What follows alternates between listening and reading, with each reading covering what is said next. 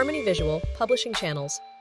In order for your content scheduling to play on your TV screens, you must publish the channels in your channel library. To learn how to schedule content, check out the video Harmony Visual, Scheduling Content to a Channel. Select the channel in the channel library you would like to publish. Select the Publish Update button in the title bar. There are 4 choices for publishing content. We advise selecting the option Publish Selected Channels. Publish Selected Channels publishes the content in the selected channel.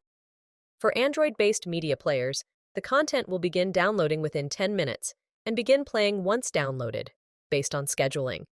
For Windows-based media players, the content will download overnight and begin playing the next morning, based on scheduling. Publish All Channels publishes the content in all channels. For Android-based media players, the content will begin downloading within 10 minutes and begin playing once downloaded, based on scheduling. For Windows-based media players, the content will download overnight and begin playing the next morning, based on scheduling. Publish Selected Channels and Force Update is for Windows-based media players only. This option publishes the content in the selected channel. The content will begin downloading to the media player within 10 minutes and begin playing once downloaded, based on scheduling. Publish All Channels and Force Update is for Windows-based media players only.